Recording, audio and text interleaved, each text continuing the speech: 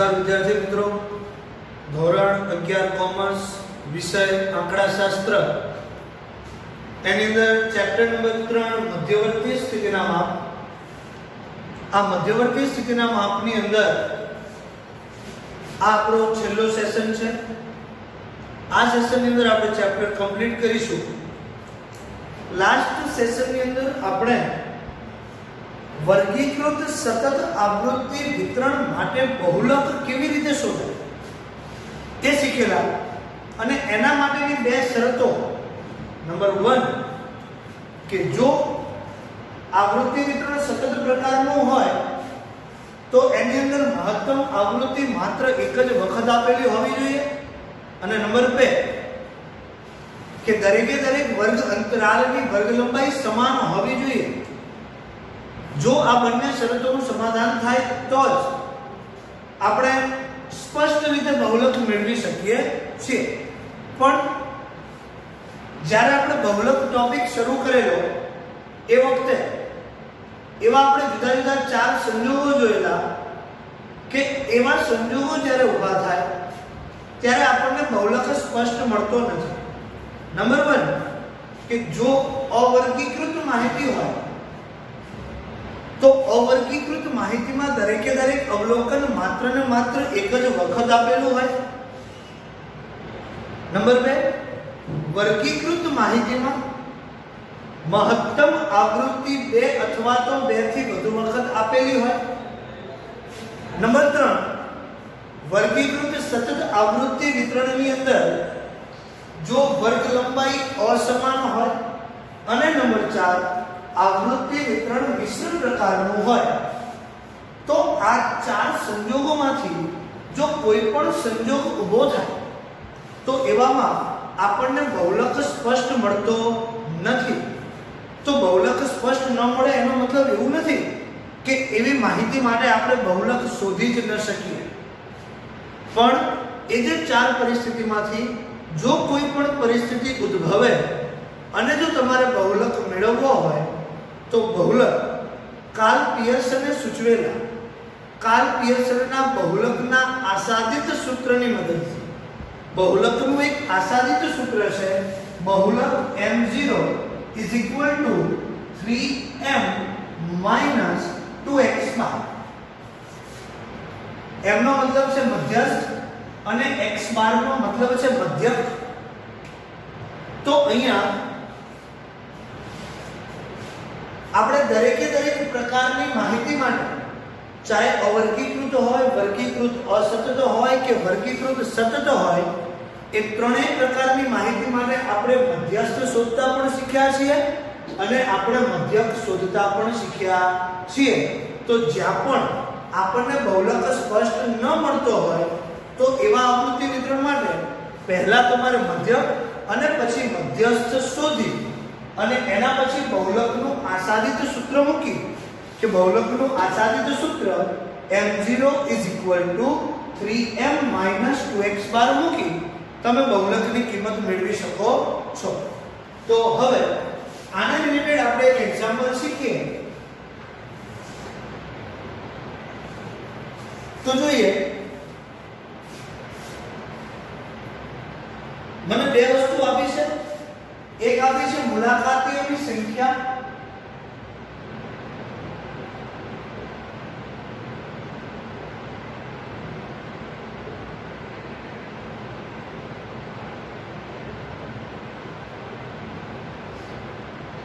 અને એની બાજુમાં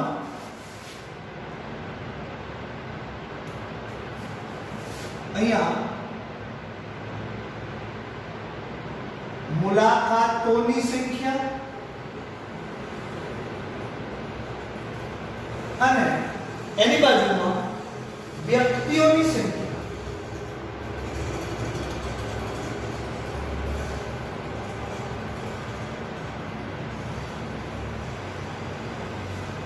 તો મુલાકાતીઓની સંખ્યામાં મને આપ્યું છે 1 2 3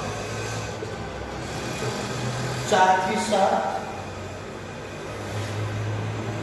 7 થી 10 અને 10 થી 15।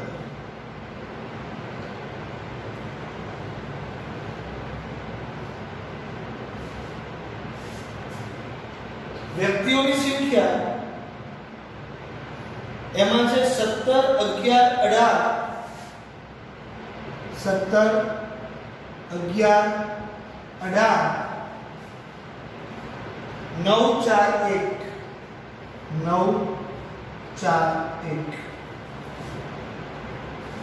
અને આજે આપણી વ્યક્તિઓની સંખ્યા છે એ આપણી આવૃત્તિ fi છે એનો ટોટલ કરીએ તો થાય કેટલા 50.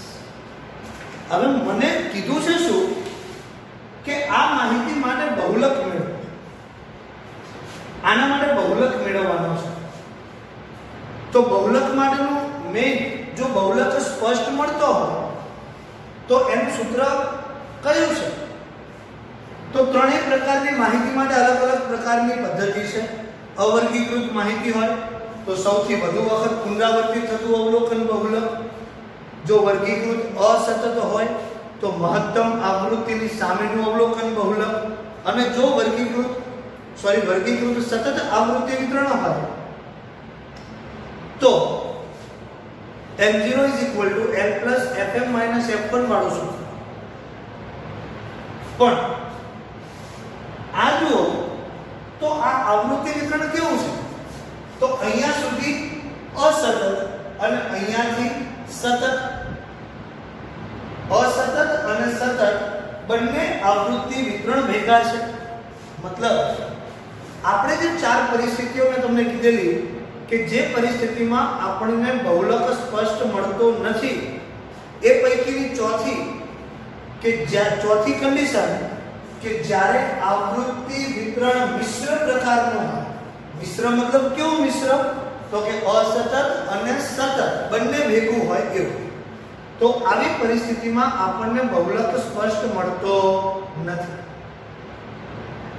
તો જ્યાં પણ કોઈ પણ ચારમાંથી કોઈ પણ પરિસ્થિતિ ઉદ્ભવે ત્યાં આપણને બહુલક સ્પષ્ટ ન મળે અને જ્યાં બહુલક સ્પષ્ટ ન મળતો હોય અને આપણે બહુલક શોધવો હોય તો એ બહુલક આપણે કાર્લ પિયર્સને સૂચવેલા બહુલકના આસાદિત સૂત્ર એટલે કે m0 3m - 2x બાર ની મદદથી શોધી શકીએ.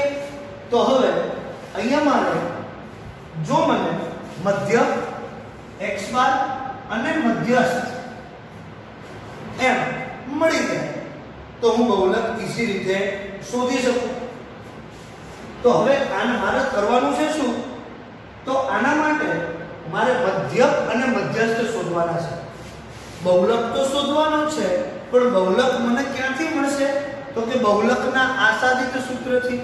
અને બહુલકના આસાદિત સૂત્ર માટે તમારી પાસે બે માપ હોવા જરૂરી છે. એક તો મધ્યક અને બીજો મધ્યસ્થ. તો ચલો સૌથી પહેલા આપણે મધ્યસ્થ વિશે વિચારીએ. તો મધ્યસ્થનો મતલબ થશે મધ્યસ્થ માટે મારે કોની જરૂર પડશે? તો કે સંચય આવૃત્તિ CFI.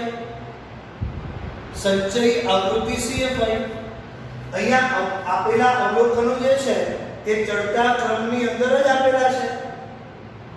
તો જો અવલોકનો ચડતા ક્રમમાં હોય તો આપણે CFI શોધી દેવાય. તો 17 ના 17 17 + 11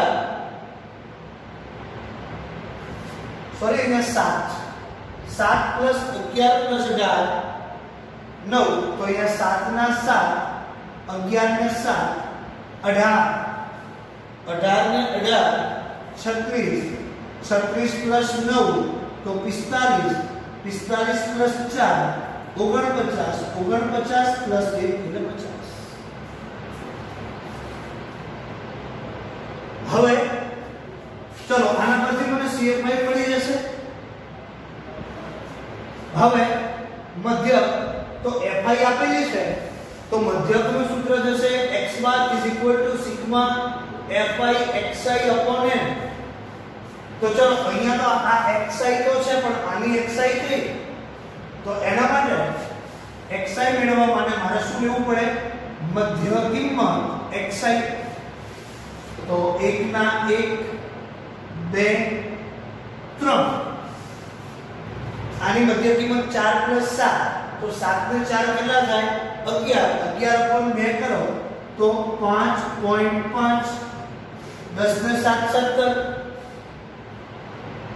17/2 કરો તો 8.5 અને 15 ને 10 25 25/2 કરીએ તો જવાબ આવે 12.5 ચલો આપણને xi મળી ગયો હવે આપણે મેળવી લઈએ fi xi તો આ આપણી fi છે આ આપણી xi છે તો fi અને xi નો ગુણાકાર કરીએ તો 7 ગુણ્યા 1 એટલે 7 11 ગુણ્યા 2 मतलब 22 18 गुण્યા 3 मतलब 54 9 गुण્યા 5.5 तो जवाब થશે 49.5 4 गुण્યા 8.5 तो जवाब થશે 34 અને 12.5 ગુણ્યા 1 मतलब 12.5 હવે આપણે fi xi નો સરવાળો કરીએ 7 + 22 + 54 + 49.5 + 34 + 12.5 તો જવાબ થશે 179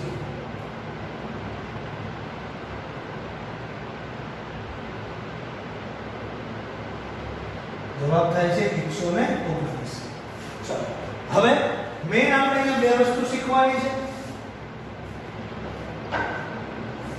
મારે શોધવાનો છે બહુલક પણ બહુલક મને ક્યારે મળશે જ્યારે હું મધ્યક અને મધ્યસ્થની કિંમત મેળવીશ ત્યારે તો હવે સૌથી પહેલા મધ્યક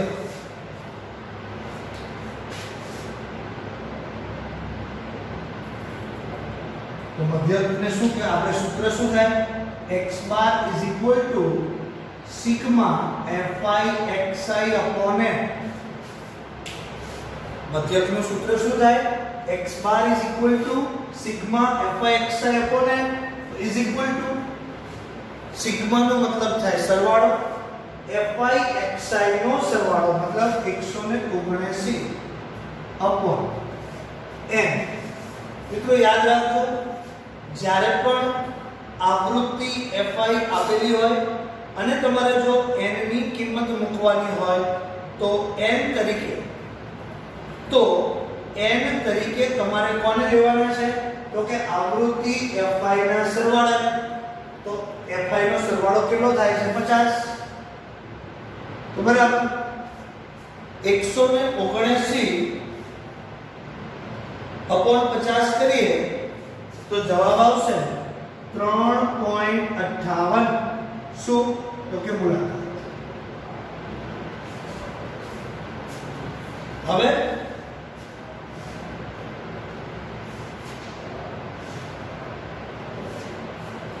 મધ્યસ્થ મળી ગયો હવે વાત છે મધ્યસ્થની તો મધ્યસ્થની અંદર તમને થોડું કન્ફ્યુઝન થાય કે મધ્યસ્થની અંદર આપણે બે પ્રકારે શીખ્યા છે કે જો આવૃત્તિ વિતરણ અસતત હોય અથવા તો માહિતી અવર્ગીકૃત હોય તો m n + 1/2 લેવાનું અને જો આવૃત્તિ વિતરણ સતત હોય તો માત્ર n/2 લેવાનું તો અહીંયા તો બંને છે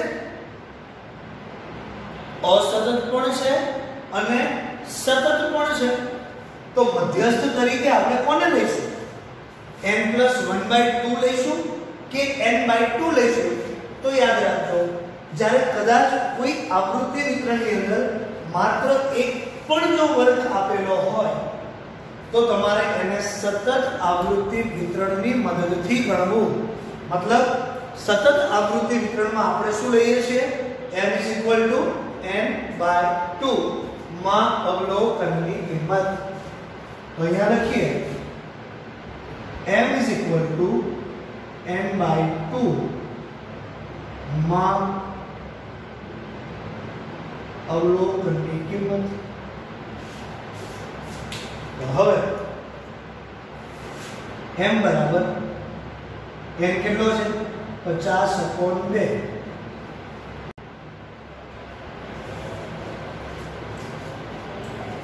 ઇક્વલ ટુ 50/2 માં અવલોકનની કિંમત તો બરાબર 25 માં અવલોકનની કિંમત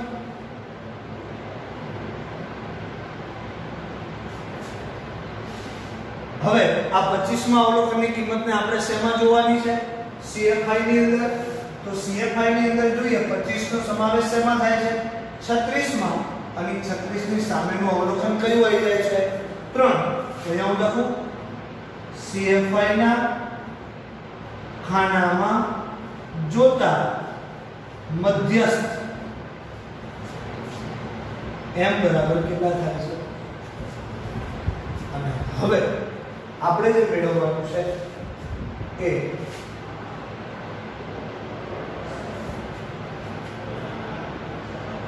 બહુલક m0 બરાબર 3m 2x બરાબર 3 m કેટલો તો કે 3 માઈનસ 2 ગુણ્યા x બાર કેટલો 3.58 બરાબર 3 કરી 9 માઈનસ 3.58 ગુણ્યા 2 કરીએ તો જવાબ આવશે 7.16 બરાબર 9 માંથી 7.16 બાદ કરો તો જવાબ વધે 1.84 શું બહુલક m0 બરાબર 1.84 તો આ દાખલાની અંદર